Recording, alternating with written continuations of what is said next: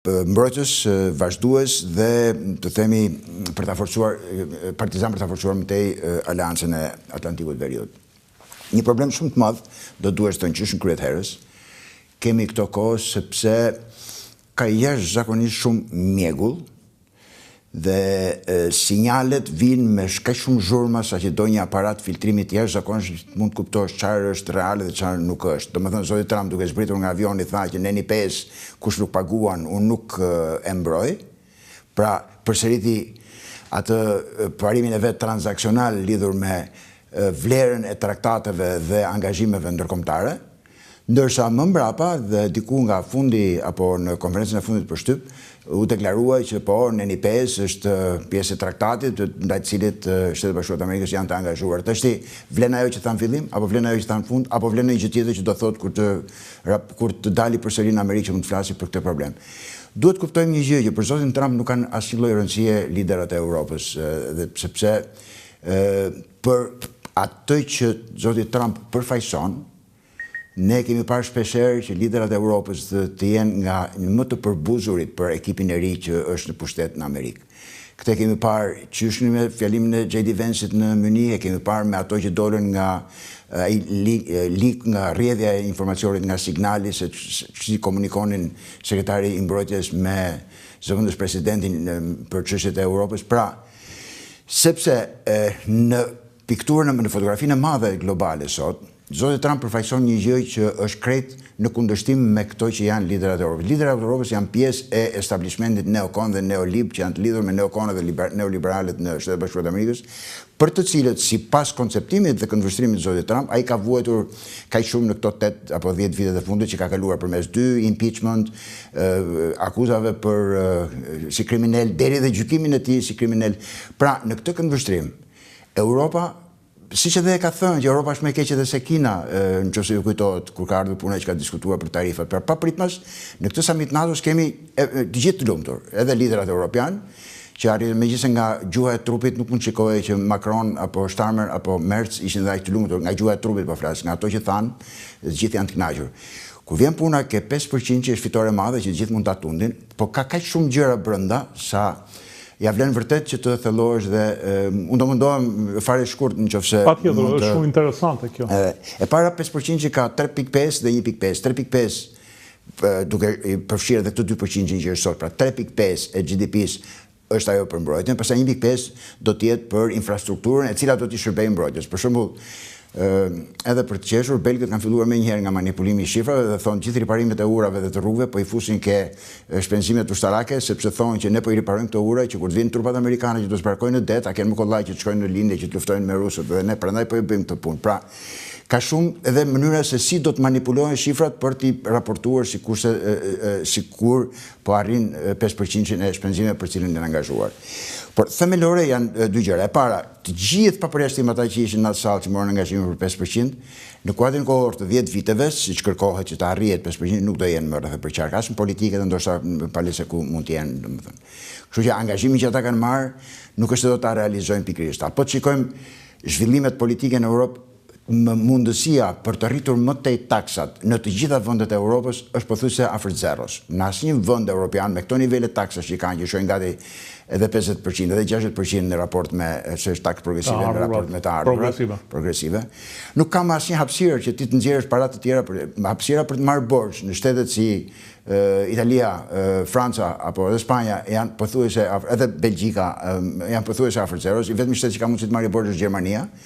Por në të tërën e vetë ka një ngushtisë financiare të jashtëzakonshme, kështu që nëse do të fillojnë të prekin buxhetet për aspektin social, arsim, mjekësi, kujdes social në përgjithësi, me siguri do të përprasen me një kundërshtim nga ana, për shembull bëhet fjalë për demonstrata në Sloveni, demonstrata në Belgjik, në Spanjë, që kanë filluar ta kundërshtojnë. Kështu që do themi situata politike për të mos thënë që Zoti Merz, më i freskëti nga gjithë në pushtet, gëzon jo më shumë se 24% të mbështetjes në Gjermani dhe AFD-ja po rritet me shpejtësi, ndërkohë dhe ajo baza e majtë politike e Gjermanisë dhe ajo po zgjerohet.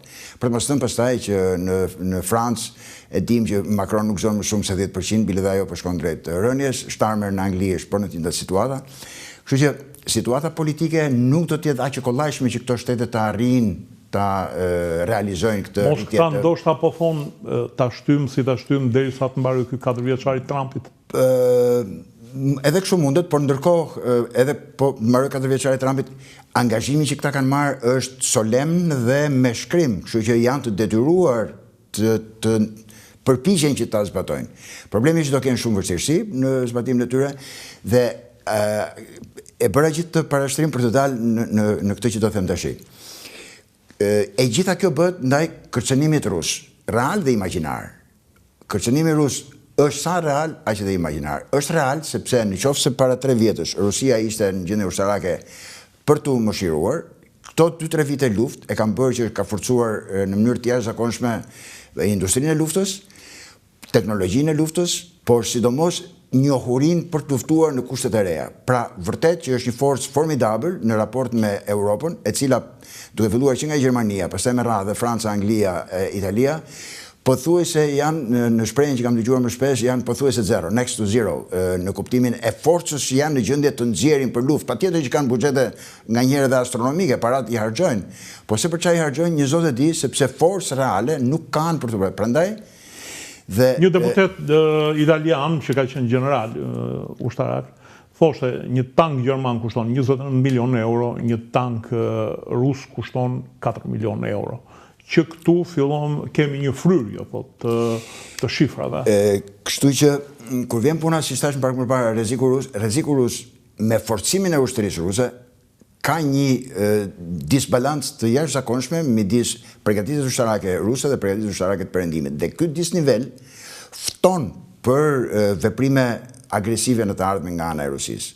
Kështu që këta kanë shumë të drejtë kur thonë që duhet të armatosemi për të bërë ballë këtij rreziku rus. Por ka dhe një mënyrë tjetër që ajo fryma që është diku e fshehur dhe nuk është në pushtet sot, dhe këtë rrezik rus e potencojnë elitat politike si Ursula von der Leyen apo Kaja Kallas apo Merci apo Macroni me radhë, për të qëndruar në pushtet. Pra, nëse kemi parasysh mësimet e historisë, kur e shikojmë punën keq, liderat thonë barbarians at the gate, kanë ardhur barbarët, kështu që le të bashkohemi që ti bëjmë ballë barbarëve. Dhe kjo po i mban akoma në pushtet. Pra thirrja e këtyre që janë sot në pushtet.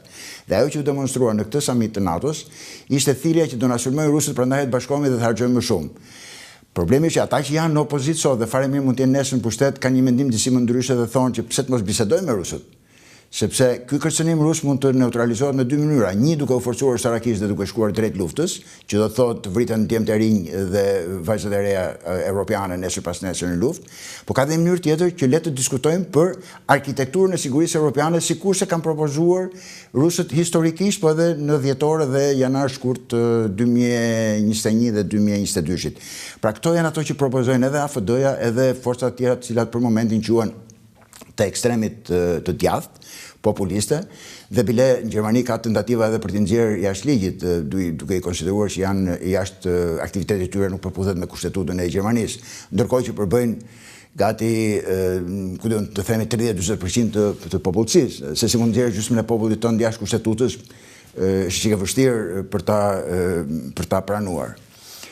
Kështu që kam përshtypjen të gjithë dolën të lumtur, siç e thash në fillim fare, por problemet janë goxha të forta brenda aleancës. Në anën e asaj që nuk u fol dhe aq shumë, siç thash, ishte Ukraina që më bëri shumë përshtypje që presidenti Zelenski as nuk guxoi ta përmendte dëshirën e Ukrainës për të antarësuar në NATO. Jo më edhe Mark Rutte, i cili sekretari i përgjithshëm, jo më larg se sa 10 ditë përpara, me një fjalim patetik në krah të Zelenskit, deklaronte që vendi juaj është në NATO, sido që të vi puna ju do jeni antarë në NATO, ne nuk e lejojmë Vladimir Vladimirovich Putinin të vendosë ai se çfarë do bëhet me NATO, pra toni ishte patetik.